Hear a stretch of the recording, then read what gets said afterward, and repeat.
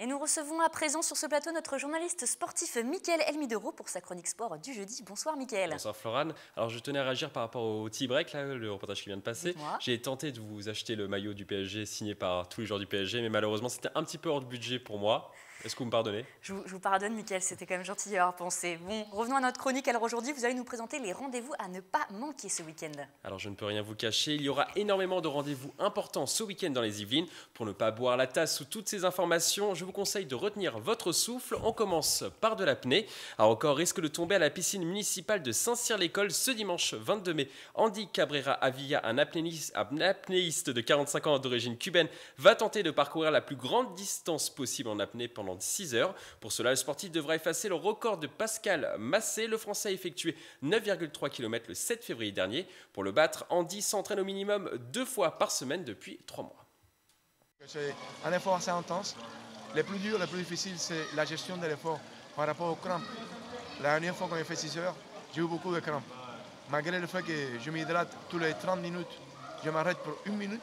J'essaie de boire, m'hydrater avec de l'eau sucrée, de l'eau et des sels minéraux aussi. Et pourquoi s'est-il lancé ce défi fou, Mickaël? Alors c'est un record pour la bonne cause. Florane, chaque longueur effectuée par Andy permettra de récolter 1 euro pour financer un exosquelette pour aider Luna, une enfant de 10 ans victime d'une infirmité motrice cérébrale. La combinaison pourrait lui permettre de se déplacer. On l'écoute. Il y a une combinaison qui coûte 6 000 euros, qui n'est pas remboursée par la sécurité sociale.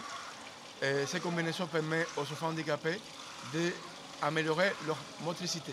Donc le coach c'est Luna, c'est mon élève, c'est une copine, c'est quelqu'un de magnifique. Donc l'objectif c'est battre le record de Pascal Massé, mais pas uniquement pour n'importe quoi, c'est pour une cause, c'est les enfants handicapés qui me tiennent au cœur. En tout cas, c'est une belle cause. Vous pensez qu'il peut réussir ce défi, Mickaël? J'en suis persuadé, Florane. Pendant ses séances d'entraînement, Andy a réalisé la même distance que le précédent record en seulement 3 heures et 13 minutes. Autant dire qu'il a toutes les chances pour battre ce record, Florane. Il sera d'ailleurs à l'invité du 7-8 Sport que vous présentez lundi prochain à 18h30 en exclusivité.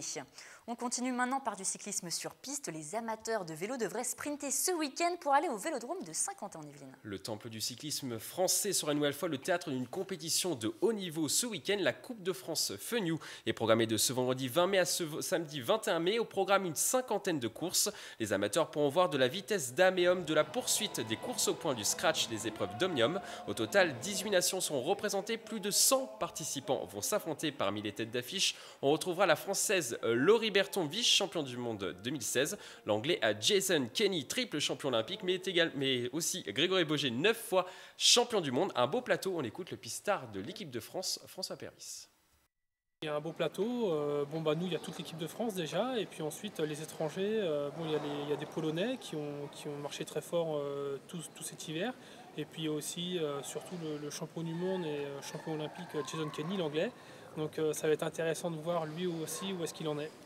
Oui, c'est un petit test, mais on ne va pas en tirer de grandes conclusions, c'est juste pour voir où est-ce qu'on en est actuellement et pour gérer au mieux la suite du programme d'entraînement. Si vous voulez réserver vos places, c'est 10 € la journée, 15 € pour les 2 jours et gratuit pour les moins de 12 ans. Il reste quelques places en tribune. Florane, si l'envie vous prend d'aller voir du cyclisme sur piste, il reste quelques places. Je ne suis pas très vélo, mais je vais quand même me renseigner. On continue cette chronique par du football et plus précisément par le championnat de division d'honneur. Versailles ne devra pas se manquer ce week-end. Les Versaillais 2e du classement de DH reçoivent les Mureaux 3e du classement ce dimanche à 15 h au stade Montmoron. Le match est capital dans la course à la montée. Versailles ne compte que 3 petits points de retard sur le premier Créteil-Lusitanos après son incroyable série de 6 victoires consécutives. Je vous rappelle que seul le premier du classement montera en CFA la saison prochaine. Et ce n'est pas encore fini, on termine par du basket là aussi. Le match sera capital dans la course à la montée. On ne saura plus où donner de la tête dans les Yvelines ce week-end. Le Chêne et Versailles jouent ce match si important, le match des playoffs de National 3, pour savoir si oui ou non l'équipe va monter en National 2 l'année prochaine. Dernier match ce dimanche à 15 h 30, les Yvelinoises reçoivent Escodin au gymnase Bel Air, une équipe qui les avait battues 85 à 59 au match aller. En cas de victoire, le Chêne retrouverait la National 2 un an après l'avoir quitté. Ça serait une belle histoire. Une belle histoire, Florane. Un happy end comme on les aime. Mickaël, merci à vous. On se retrouve la semaine prochaine. La semaine prochaine, je bloque mon jeudi comme d'habitude. Très bien.